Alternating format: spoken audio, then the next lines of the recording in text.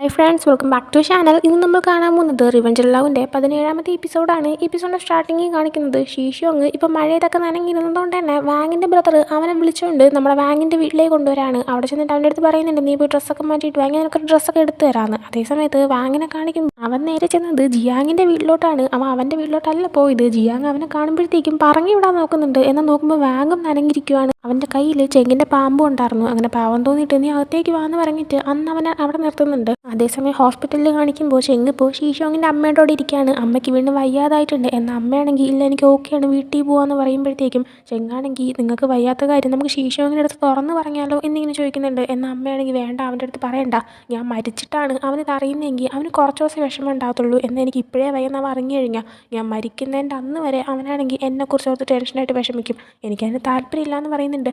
ചെങ്ങാ സമയം ഇന്നിപ്പോൾ ഹോസ്പിറ്റലിൽ തന്നെ നിൽക്കാം, നാളെ ഓക്കെ ആവുകയാണെങ്കിൽ ഞാൻ തിരിച്ച് വീട്ടിൽ കൊണ്ടുവിടാമെന്ന് പറയുന്നുണ്ട്. അതിനുശേഷം ചെങ്ങ് റൂമിൽ നിന്ന് പുറത്തേക്ക് ഇറങ്ങിയിട്ട് ഷീഷോ അങ്ങനെ കോൾ ചെയ്യുകയാണ്.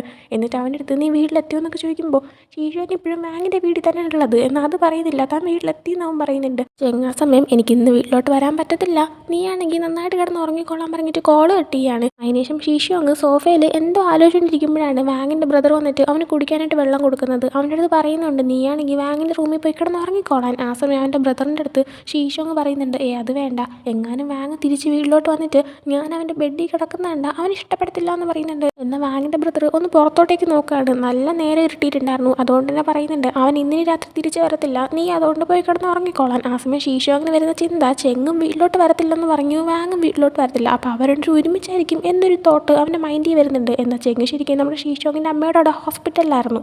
അതിനുശേഷം കാണിക്കുന്നത് അടുത്ത ദിവസം രാവിലെ ചെങ്ങ് തിരിച്ച് വീട്ടിലേക്ക് വരുന്നതാണ്. ആ സമയം ഷീഷോങ് തിരിച്ചെത്തിയിട്ടുണ്ടായിരുന്നില്ല. അങ്ങനെ ചെങ്ങ് വന്നിട്ട് ഇതിപ്പോൾ ഷീഷോങ് ഇത് എവിടെ പോയി എന്ന് കരുതിയിട്ട് അവനെ കോൾ ചെയ്തിരിക്കുമ്പോഴാണ് ഷീഷോങ് അങ്ങോട്ടേക്ക് കയറി വരുന്നത്. അങ്ങനെ ചെങ്ങ് നീ എവിടെ പോയതാ, ഇന്നലെ രാത്രി നീ വീട്ടിലേക്ക് വന്നില്ലേ എന്ന് ചോദിക്കുമ്പോൾ ഷീഷോങ് ആണെങ്കിൽ ഞാൻ വാങ്ങിൻ്റെ വീട്ടിലായിരുന്നു എന്നിങ്ങനെ പറയുന്നുണ്ട്. ആ സമയം ചെങ്ങ് ആരെ കാണാൻ പോയതാ, വാങ്ങിനെയാണോ അതോ അവൻ്റെ ചേട്ടനെയാണോ എന്നിങ്ങനെ ചോദിക്കുന്നുണ്ട്. ഷീഷോങ് അപ്പോൾ നീ എന്താ ഉദ്ദേശിക്കുന്നത് എന്ന് ചോദിക്കുമ്പോൾ ചെങ്ങാണെങ്കിൽ കുറേയായി ഞാൻ സഹിക്കുന്നു, നീയാണെങ്കിൽ വാങ്ങിൻ്റെ ചേട്ടൻ്റെ അടുത്ത് ബോക്സിങ് പഠിക്കാൻ പോവാണെന്ന് പറഞ്ഞു, ശരി ഞാനത് സമ്മതിച്ചു, എന്നാൽ നീയാണെങ്കിൽ മനഃപൂർവ്വം ഇതിപ്പോൾ കുറേ ആയിട്ടുണ്ട് നിങ്ങളുടെ ഒരു മെസ്സേജ് അയച്ച് കളിച്ചു, അതും ഞാൻ ക്ഷമിച്ചു, എന്നാൽ നീയാണെങ്കിൽ എൻ്റെ ക്ഷമേനെ പരീക്ഷിച്ചുകൊണ്ടിരിക്കുകയാണ്, ഇനി മുതൽ നിന്നെക്കുറിച്ച് കെയർ ചെയ്യാൻ ഞാൻ വരത്തില്ല, മര്യാദകൻ്റെ വീട്ടിൽ നിന്ന് ഇറങ്ങാൻ പറഞ്ഞിട്ട് അപ്പം തന്നെ അവൻ ഷീഷോങ്ങിനെ പുറത്തേക്കങ്ങ് തള്ളി വിടാണ്. എന്നിട്ട് ഡോറും ക്ലോസ് ചെയ്യുന്നുണ്ട്. ഷീഷോങ്ങിന് നല്ല സങ്കടം വരുന്നുണ്ട്. അവനാണെങ്കിൽ ഒന്നും പറയാൻ നിൽക്കുന്നില്ല, നേരെ അവിടെ നിന്ന് പോവാണ്. അടുത്ത് കാണിക്കുന്നത് ജിയാങ്ങിനെയാണ്. ജിയാങ് രാവിലെ തന്നെ അവൻ്റെ ക്ലിനിക്കൊക്കെ ഓപ്പൺ ചെയ്തിട്ട് അവിടെ ക്ലീനിങ് ചെയ്തുകൊണ്ടിരിക്കുമ്പോഴാണ് ഷീഷോങ് നേരെ അങ്ങോട്ടേക്ക് കയറി വരുന്നത്. ജിയാങ് ഇപ്പോൾ രാവിലെ തന്നെ എന്താ ഇങ്ങോട്ടേക്ക് എന്ന് ചോദിക്കുമ്പോഴത്തേക്കും ഷീഷോങ് ചെങ്ങ് തന്നെ പുറത്താക്കി എന്ന് പറയുന്നുണ്ട്. എന്നാൽ അതൊന്നും നമ്മുടെ ജിയാങ് വിശ്വസിക്കുന്നില്ല. ജിയാങ് ആണെങ്കിൽ പുറത്താക്കി ഇനി തിരിച്ച് കയറിപ്പോണം എന്നൊക്കെ ഇങ്ങനെ പറഞ്ഞിട്ട് അവൻ്റെ അടുത്ത് തമാശയ്ക്ക് സംസാരിച്ചുകൊണ്ടിരിക്കുന്നുണ്ട്. എന്നാൽ പെട്ടെന്ന് ഷീഷോങ് കരയാനായിട്ട് തുടങ്ങുകയാണ്. അപ്പോഴാണ് ജിയാങ്ങിന് ഷീഷോങ് സീരിയസ് ആയിട്ട് പറഞ്ഞതാണെന്ന് മനസ്സിലാവുന്നത്. അങ്ങനെ ഷീഷോങ്ങിൻ്റെ അടുത്തേക്ക് ചെന്നിരുന്നിട്ട് നീ എന്തിനാ ഇപ്പോൾ വിഷമിക്കുന്നതെന്നൊക്കെ ചോദിച്ചിട്ട് കാര്യങ്ങൾ മനസ്സിലാക്കുന്നുണ്ട്. ആ സമയം ചെങ്ങ് പുറത്താക്കിയത് ഇതുപോലെ ജലസായിട്ടാണ് എന്ന് മനസ്സിലാകുമ്പോഴത്തേക്കും ഇവൻ പറയുന്നുണ്ട് ചെങ്ങ് നിന്നെക്കുറിച്ച് കെയർ ചെയ്യുന്നുണ്ട്, അതുകൊണ്ടല്ലേ അവന് ജലസി തോന്നിയത്, നീ ഒന്നും കാര്യമാക്കണ്ടാന്ന്. എന്നാൽ ഷീഷോങ് പറയുന്നുണ്ട് ഇല്ല, അവനാണെങ്കിൽ എന്നെ ഇഷ്ടമുണ്ടെന്ന് തോന്നുന്നില്ല, അവൻ ഇന്നലെ രാത്രി മൊത്തം വാങ്ങിൻ്റെ കൂടെയായിരുന്നു, വീട്ടിലേക്ക് വന്നതുപോലുമില്ല, ഞാൻ എന്നിട്ട് വിചാരിച്ചു രാവിലെ മീറ്റ് ചെയ്യുമ്പോഴത്തേക്കും അവൻ എൻ്റെ അടുത്ത് സോറി പറയും അല്ലെങ്കിൽ ഇതിന് റീസൺ പറയുന്നു, എന്നാൽ ഒന്നും ചെയ്തില്ലെന്നും പറയുന്നുണ്ട്. ആ സമയം ജിയാങ് ആണെങ്കിൽ നീ എന്തായി പറയുന്നത്, ചെങ്ങ് വാങ്ങിൻ്റെ കൂടെ ആയിരുന്നെന്നോ, പക്ഷേ ഇന്നലെ രാത്രി ഫുള്ള് വാങ് എൻ്റെ വീട്ടിലായിരുന്നല്ലോ സ്റ്റേ ചെയ്തത്, അവൻ എൻ്റെ കൂടെ ഉണ്ടായിരുന്നു എന്ന് പറയുന്നുണ്ട്. ആ സമയം ഷീഷോങ് പിന്നെ ചെങ്ങ് ഇത് എവിടെ പോയതാ എന്നിങ്ങനെ ചോദിക്കുമ്പോഴത്തേക്കും ജിയാങ് അത് നീ അവൻ്റെ അടുത്ത് തന്നെ ചോദിക്കാൻ പറയുന്നുണ്ട്. എന്നാൽ ഷീഷോങ് ആണെങ്കിൽ ഇല്ല, അവനാണെങ്കിൽ എന്നെക്കുറിച്ച് കെയർ ചെയ്യത്തില്ല എന്ന് പറഞ്ഞല്ലേ, ഞാനും കെയർ ചെയ്യത്തില്ല, മൈൻഡ് പോലും ചെയ്യൂല എന്ന് പറയുന്നുണ്ട്. ആ സമയം ജിയാങ് എനിക്കൊരു കാര്യം ചെയ്യും, കുറച്ച് ദിവസത്തേക്ക് എൻ്റെ വീട്ടിൽ വന്നിരിക്കാൻ പറയുമ്പോൾ ഷീഷോങ് ഇല്ല എനിക്ക് എൻ്റെ അമ്മേനെ കാണണം, ഞാൻ നേരെ എൻ്റെ വീട്ടിലോട്ട് തിരിച്ചു പോവാണെന്ന് പറയുന്നുണ്ട്. ജിയാങ്ങും ഓക്കെ എന്ന് പറയാണ്. അതിനുശേഷം കാണിക്കുന്നത് അവിടെ ഷീഷോങ്ങിൻ്റെ വീട്ടിൽ ഷീഷോങ്ങിൻ്റെ അമ്മ ഇപ്പോൾ മെഡിസിൻ കഴിക്കാനായിട്ട് ഇരിക്കുമ്പോഴാണ് ഷീഷോങ് പെട്ടെന്ന് കയറി വരുന്നത്. അവൻ്റെ അമ്മയ്ക്ക് വയ്യാന്നുള്ള കാര്യം അവൻ അറിയാതിരിക്കാനായിട്ട് അമ്മ ആ മരുന്ന് ഒളിപ്പിച്ച് വയ്ക്കുന്നുണ്ട്.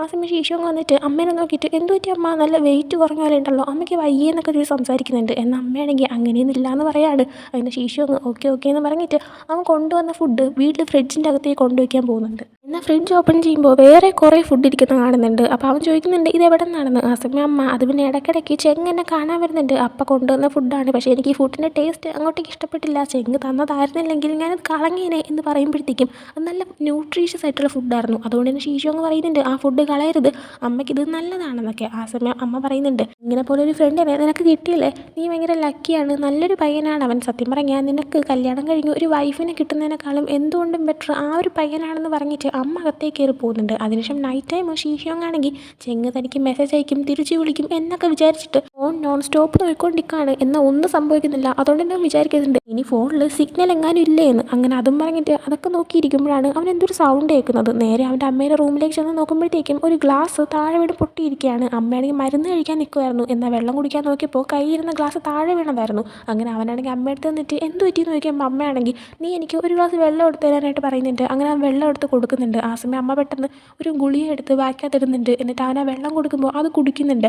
അവനറിയാതെയാണ് ആ ഒരു മെഡിസിൻ കഴിക്കുന്നത്. ഈശോ അപ്പോൾ അമ്മയുടെ അടുത്ത് എന്ത് പറ്റി, അമ്മയ്ക്ക് വയ്യേ, ഞാൻ ടെൻഷനായി പോയി, എന്തെങ്കിലും പ്രശ്നമുണ്ടോ എന്നിങ്ങനെ ചോദിക്കുന്നുണ്ട്. എന്നാൽ അമ്മ അങ്ങനെയൊന്നും ഇല്ലയെന്ന് പറഞ്ഞിട്ട് അമ്മയോട് തൊട്ടടുത്ത് ബെഡിലിരിക്കാനായിട്ട് പറയുന്നുണ്ട്. അങ്ങനെ അവനും അമ്മയുടെ അടുത്ത് ഇരിക്കുകയാണ്. എന്നിട്ട് അമ്മ പറയുന്നുണ്ട് ഞാനാണെങ്കിൽ അച്ഛനെ ഇപ്പോൾ സ്വപ്നം കാണാറുണ്ട്, എനിക്ക് എത്രയും പെട്ടെന്ന് അച്ഛനെ കാണണമെന്ന് ആഗ്രഹമുണ്ടെന്ന്. അച്ഛൻ മരിച്ചതുകൊണ്ട് തന്നെ അമ്മയും അങ്ങനെ പറഞ്ഞപ്പോൾ അമ്മയ്ക്ക് എന്തെങ്കിലും പറ്റിപ്പോകുമെന്ന് പേടിച്ചിട്ട് അവനാണെങ്കിൽ അങ്ങനെയൊന്നും പറയല്ലേ അമ്മ, അമ്മേനെ അത്ര എളുപ്പത്തിലൊന്നും ഞാൻ വിടത്തില്ല. പിന്നെ എനിക്കിപ്പോൾ ജോലി ചെയ്ത് കിട്ടുന്ന പൈസയ്ക്ക് ഞാൻ പറ്റിക്കഴിഞ്ഞാൽ ഉടനെ തന്നെ ഒരു വീട് വാങ്ങാൻ നോക്കാം, എന്നിട്ട് അമ്മേനെയും കൂടെ ഞാൻ അങ്ങോട്ടേ കൊണ്ടുപോകാമെന്ന് പറയുന്നുണ്ട്. എന്നാൽ അമ്മയാണെങ്കിൽ ഇല്ല വേണ്ട, എനിക്ക് നിൻ്റെ അച്ഛൻ്റെ കൂടെ ഇവിടെ താമസിക്കുന്നതായിരുന്നു പണ്ട് തൊട്ടേ ഇഷ്ടം, എനിക്കാണെങ്കിൽ ഈ സ്ഥലം വിട്ട് പോകാനും താല്പര്യമില്ല, ഞാൻ മരിക്കുന്നതും ഇവിടെ വെച്ചായിരിക്കണമെന്ന് എനിക്ക് ആഗ്രഹമുണ്ട്. പിന്നെ അടുത്ത തവണ നീ വരുമ്പോഴത്തേക്കും എനിക്ക് വേണ്ടിയിട്ട് ഒരു മരുമോളെയും കൊണ്ട് തരുമെന്ന് ഞാൻ വിശ്വസിക്കുന്നു എന്ന് അമ്മ പറയുമ്പോഴത്തേക്കും അവൻ പറയുന്നുണ്ട് നമുക്കൊരാളെ കണ്ടുപിടിക്കാം, എന്നിട്ട് ഒരു കുഞ്ഞു ആവേക്കായിട്ട് അമ്മ എന്നെ മുത്തശ്ശി എന്നൊക്കെ വിളിച്ചുകൊണ്ട് നടക്കുമെന്ന് പറഞ്ഞിട്ട് രണ്ടിനും ഇങ്ങനെ ഒരുമിച്ച് സംസാരിച്ചുകൊണ്ടിരിക്കുന്നുണ്ട്.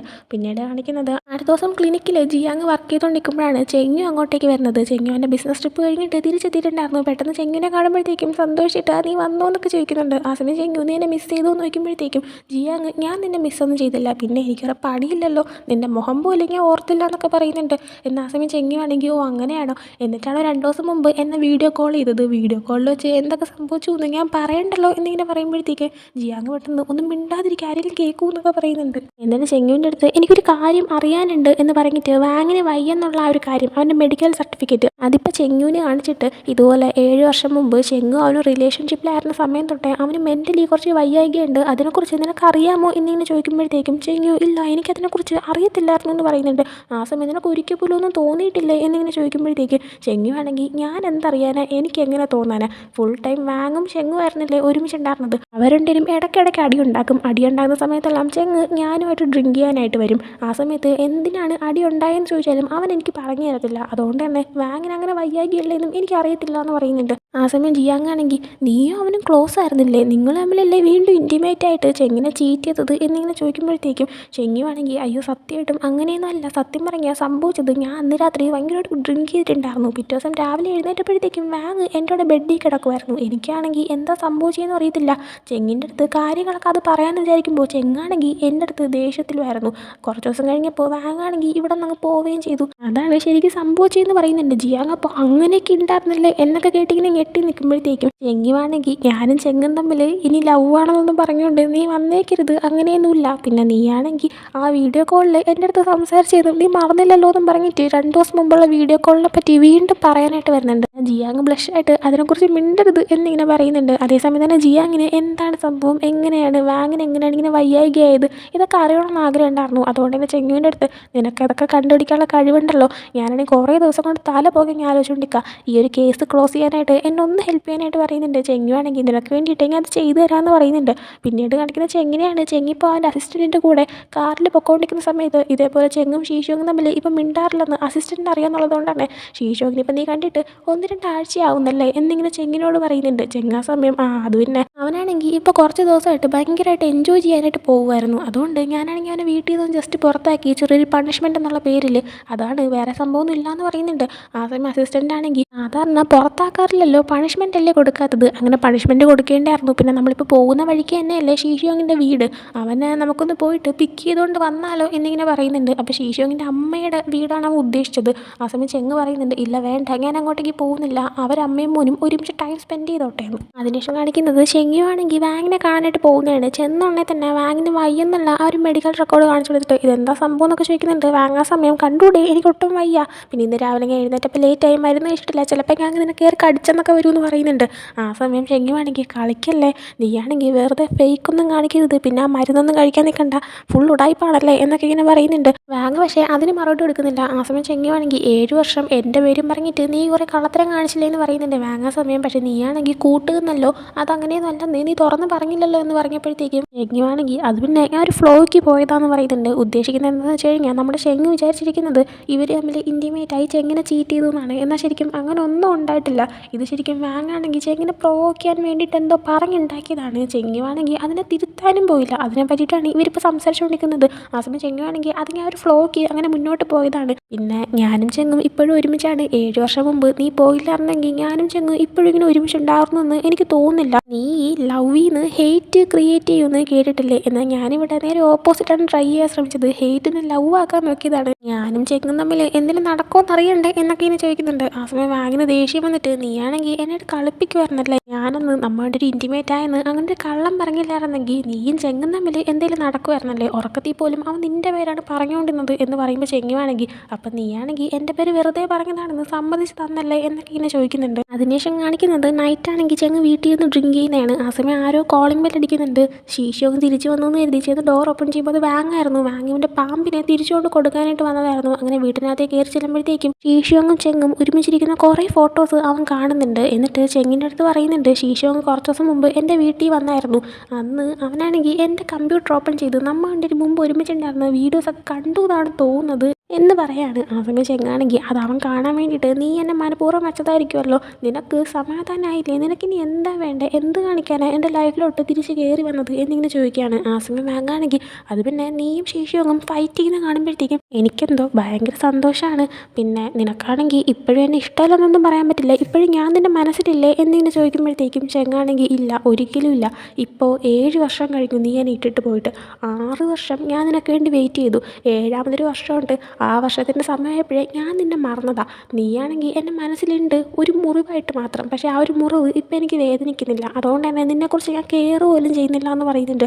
ആ സമയം ഉടനെ വാങ്ങാണെങ്കിൽ ഇമോഷണൽ ആവാൻ തുടങ്ങിയിട്ട് വെറും 7 വർഷം മാത്രമാണോ, നമ്മൾ റിലേഷൻഷിപ്പിലായിരുന്ന സമയം കൂടെ ചേർക്കുമ്പോഴത്തേക്കും 10 വർഷമില്ലേ, ഈ 10 വർഷത്തെ ഓർമ്മകളെല്ലാം നിനക്ക് വിട്ടു കളയാൻ പറ്റുമോ എന്നിങ്ങനെ ചോദിക്കുന്നുണ്ട്. ചെങ്ങാ സമയം നീ പോകാൻ നോക്ക്, ഞാൻ ഉറങ്ങാൻ പോവാണെന്ന് പറഞ്ഞിട്ട് നടന്നു പോകാൻ നിൽക്കുമ്പോൾ വാങ്ങാണെങ്കിൽ ഒരു കാര്യം ചെയ്യും, അവസാനമായിട്ട് നീ ഒരിക്കലൊറ്റ ഹെൽപ്പ് മാത്രം ചെയ്തതാ, എൻ്റെ മുഖത്ത് നോക്കി പറ നിനക്ക് എന്നെ ഇഷ്ടമല്ലെന്ന്, പിന്നെ ഞാൻ നിൻ്റെ പുറകെ ഒരിക്കലും വരത്തില്ല എന്ന് പറയുന്നുണ്ട്. ചെങ്ങാ സമയം അങ്ങനെ പറയാനോട്ട് ഒരുങ്ങുന്നുണ്ട്. എന്നാൽ അവനെ കൊണ്ട് പറ്റുന്നില്ല. അതുകൊണ്ട് തന്നെ ചെങ്ങ് വാങ്ങിനെ പുറത്തേക്ക് തള്ളി വിട്ടിട്ട് ഡോറ് ക്ലോസ് ചെയ്യാണ്. ആ സമയം വാങ് അവിടെ നിന്ന് ചിരിക്കുകയാണ്. അവൻ മനഃപൂർവ്വം ഒപ്പിച്ച പരിപാടി തന്നെ ആയിരിക്കും. പിന്നീട് കാണിക്കുന്ന ജിയാങ് നൈറ്റ് ക്ലിനിക്കിൽ ഇരിക്കുമ്പോഴത്തേക്കും ശീശോങ് തിരിച്ച് വരുന്നുണ്ട്. വരുമ്പോൾ തന്നെ നമ്മുടെ ജിയാങ്ങിന് വേണ്ടിയിട്ട് എന്തൊക്കെയോ ഡ്രിങ്ക്സൊക്കെ വാങ്ങിച്ചുകൊണ്ടാണ് വരുന്നത്. ശീശോങ് ഞാൻ കുറച്ച് ദിവസം ഇവിടെയാണ് സ്റ്റേ ചെയ്യുന്നതെന്ന് പറയുന്നുണ്ട്. ജിയാങ് അപ്പോൾ നീ ചെങ്ങിൻ്റെ അടുത്തേക്ക് തിരിച്ചു പോകുന്നില്ലേ, നിങ്ങൾ തമ്മിലുള്ള പ്രശ്നം ഇതുവരെ സോൾവ് ആയില്ലേ എന്ന് ചോദിക്കുമ്പോൾ ശീശോങ് ആണെങ്കിൽ ഇതുവരെയായിട്ട് അവൻ എനിക്കൊരൊറ്റ മെസ്സേജ് പോലും അയച്ചിട്ടില്ല, അവൻ എവിടെയാണെന്ന് ആർക്കറിയാം, മിക്കവാറും വാങ്ങിൻ്റെ കൂടെ കറങ്ങി നടക്കുമായിരിക്കും എന്നിങ്ങനെ പറയുന്നുണ്ട്. ആ സമയം ജിയാങ് ആണെങ്കിൽ അവ ഇപ്പോൾ നിന്നെ പിക്ക് ചെയ്യാനായിട്ട് വന്നു കഴിഞ്ഞാൽ നീ അവൻ്റെ കൂടെ പോവോ എന്നിങ്ങനെ ചോദിക്കുമ്പോൾ ശീശോങ് ആണെങ്കിൽ എൻ്റെ മുന്നിൽ വന്ന് നിന്ന് മുട്ടൂത്തി മാപ്പ് പറഞ്ഞാൽ പോലും ഞാൻ അവൻ്റെ ക്ഷമിക്കത്തില്ല എന്ന് പറയുന്നുണ്ട്. ജിയാങ് അപ്പോൾ